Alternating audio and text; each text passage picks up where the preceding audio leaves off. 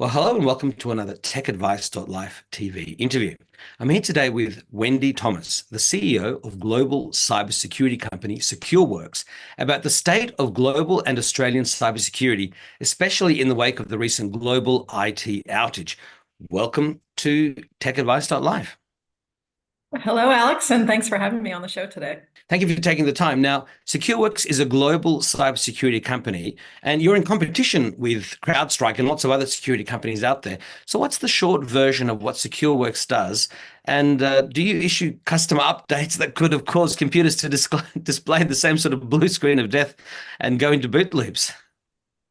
Sure. So first, Secureworks, we've been a leader in cybersecurity for more than 25 years, and we have customers in over 60 countries. And we use a cloud-native platform called Taegis, T for technology and Aegis for shield, that protects thousands of customers globally from all types of cyber attacks, including ransomware.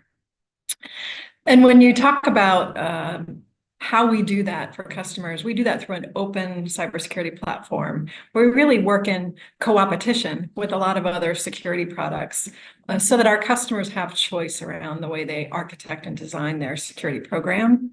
But we can protect organizations of any size, their entire technology stack, not just their endpoint. And we do that with a combination of AI, threat intelligence, and a team with decades of security expertise. So when you ask about, could we have caused that situation about a week or two ago, we have never pushed down sort of content updates that modify the kernel driver. And that's when you're making adjustments to the kernel, you can actually take down the entire system as opposed to a code that's poor that's running inside of an application, and you just lose your ability to access Excel or something else. And so our agent focuses on collecting security telemetry, responding to customer requests to be able to contain a threat. And that cloud-first approach really supports our ability to detect historic threats after telemetry has been collected historically, even if we didn't know that they were threats at the time. And this improves both our resiliency and our customer security. Yeah, and look, I've read that part of the problems with Microsoft and the kernel was something that the EU wanted them to do some years ago, and now they're looking actually into kernel security. So in a way, it's good that this happened because it allows us to make sure that something like this doesn't happen again. And that's thank goodness it wasn't a wider cyber attack. But look, you're in Australia right now. What do you see as the top cyber priorities for Australian businesses, including the Australian government's ambitious 2030 strategy? What does it mean for their cyber resilience and investments? So when I step back first on that kind of broader 2030 strategy, it's ambitious and what a welcome and proactive approach to national cybersecurity with a pragmatic execution plan, right? Work streams and policies that can address an issue that impacts every single citizen, global citizen, not just Australian citizens, whether they know it or not. So from our seat, Secureworks works with government entities, law enforcement all around the world, bi-directional sharing of threat intelligence to make us all secure. We were proud to be part of the recent takedown of the Lockbit ransomware operator, which Australian authorities, UK authorities, they all worked together. So it wasn't just a public-private sector cooperation, it was an intergovernmental cooperation, and it was proactive, right? Think about, we focused so much time in cybersecurity on defense. That was a great example of becoming on the offense to take down, criminal ransomware operators.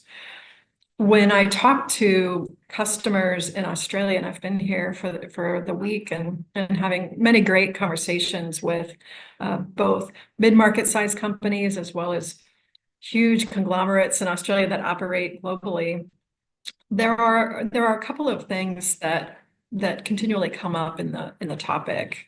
Of course, everyone's talking about AI. And we never talk about AI in terms of a marketing, here's your AI powered bot and great things are going to happen and take meeting notes.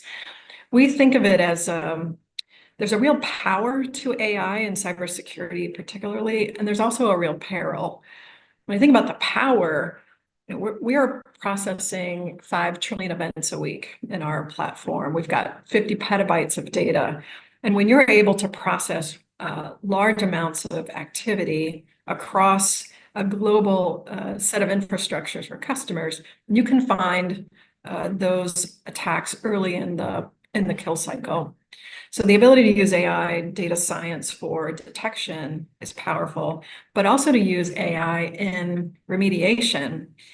Cybersecurity can be a very difficult, sometimes seemingly over technical pursuit, right? And a lot of people shy away from it, executives and boards, but now they can't, right? There is no choice now about becoming cyber aware and exercising a fiduciary duty as a CEO or an executive or a board member.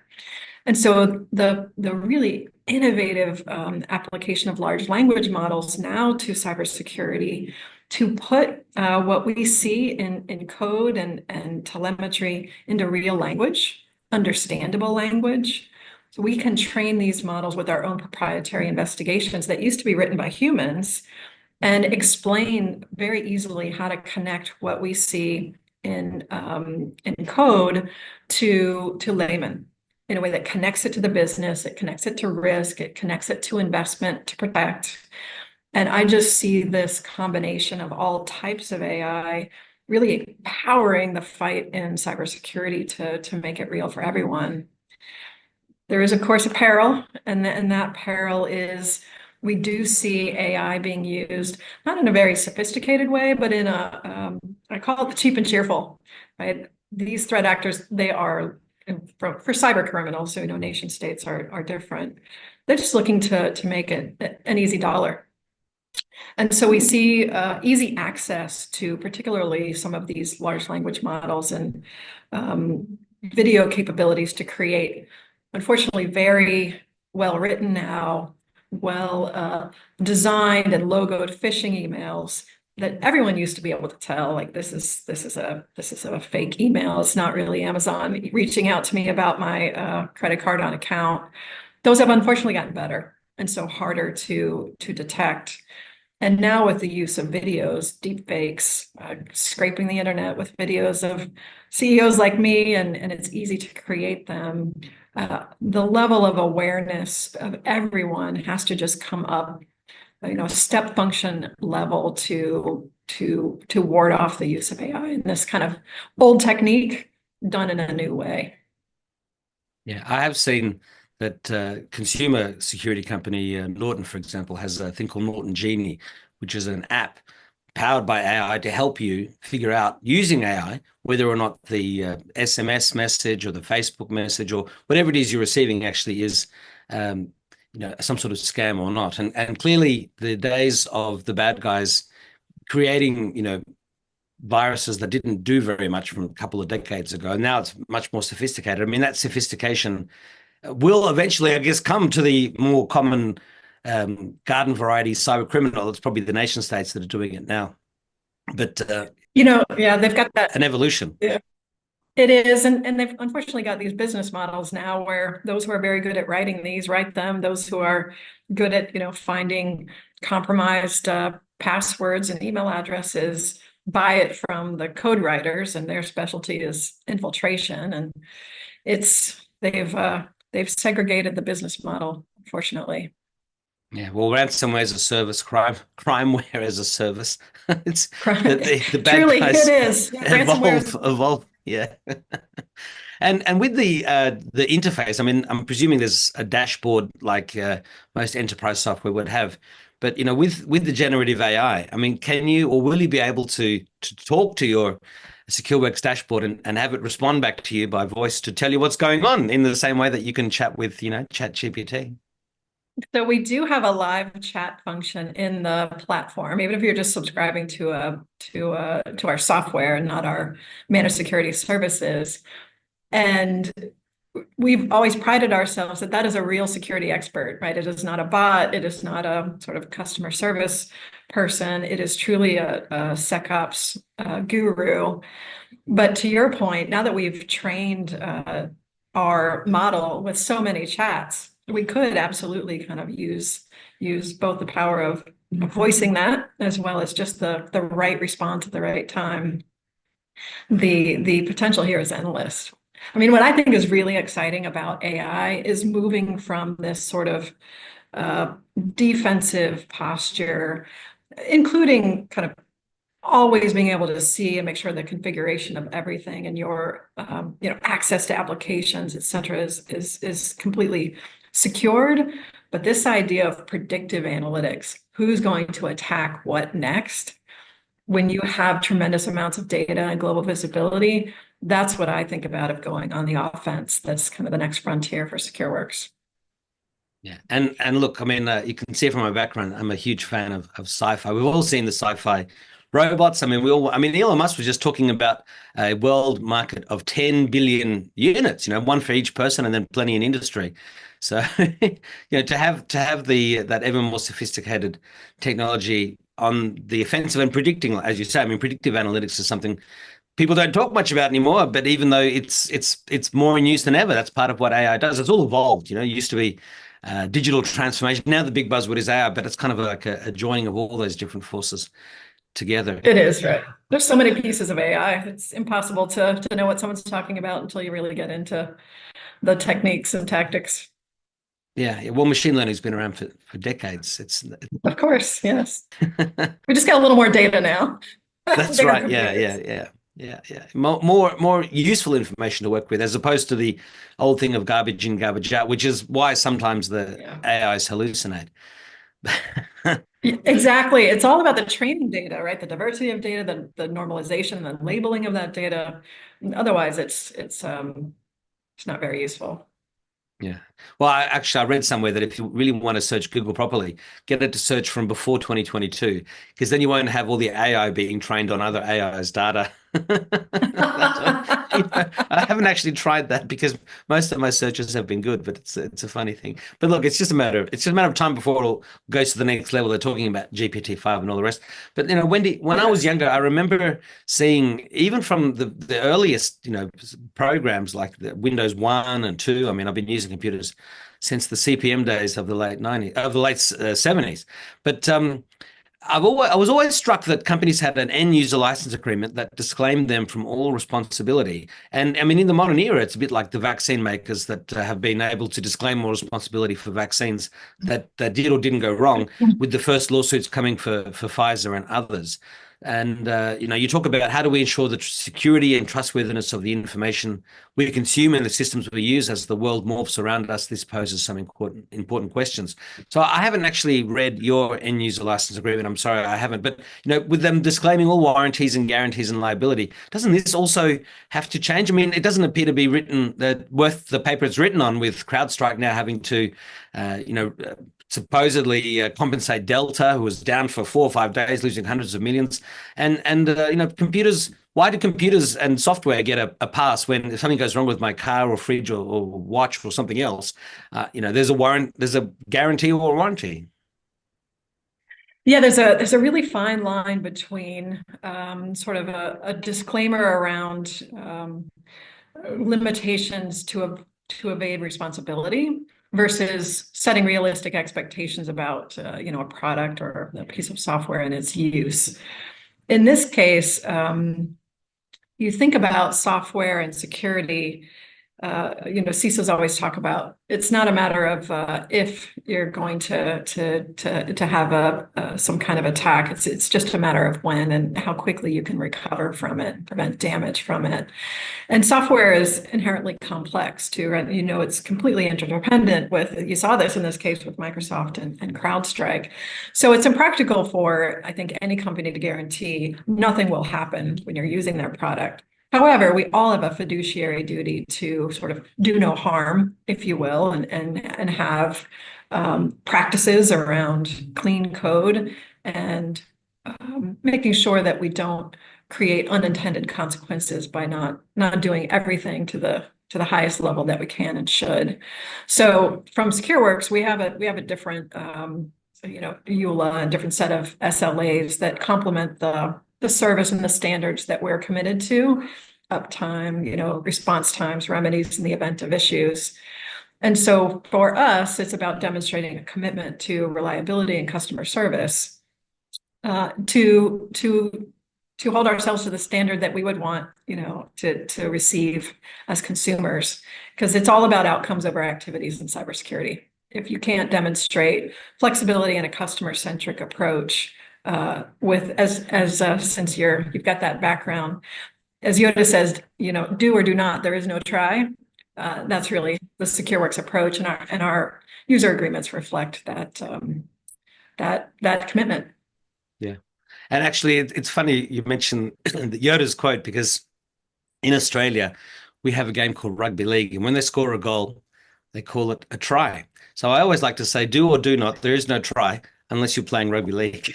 That's a very, got to be an Australian joke, though. I mean, I've never heard anyone else say it. And I just want to also acknowledge the fact.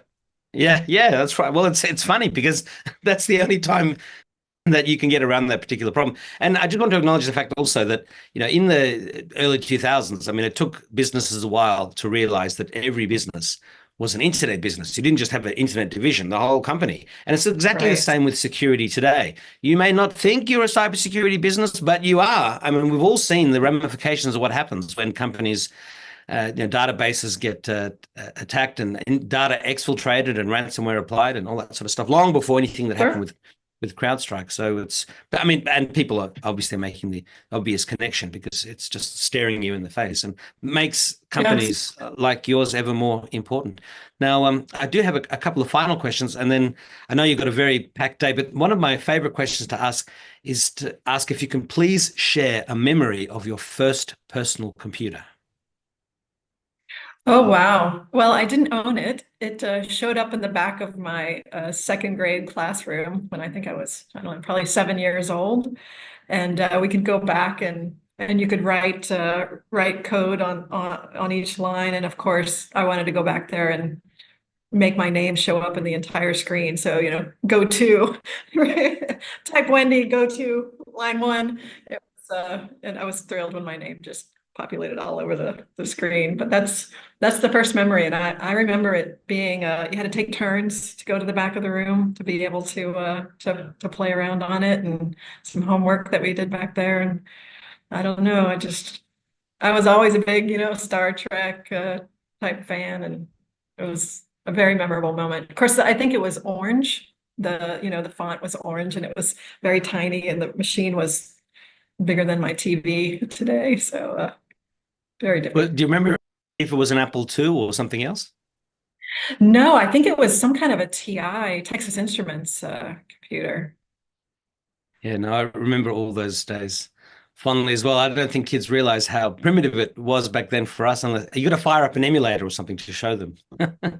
Right. And how the phone worked back then when you were, yeah, the rotary circling the rotary. Well, I've seen videos where families are inside of a hotel room and they ask the kid to hang up the phone, and the kid's like, "What is hanging up the phone?" Yes, I roll down the window. I did that to my son once. Now, my second last question is to ask if you could please share some of the best advice that you've received in life to help you get where you are today.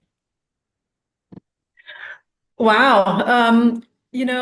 I got some really good advice from my father's father. Called him Pop Pop. And one of the things he used to do, I grew up in Washington, D.C., is you could go see all kinds of speakers and everything was free. It was just tremendous. And we had gone to see someone speak.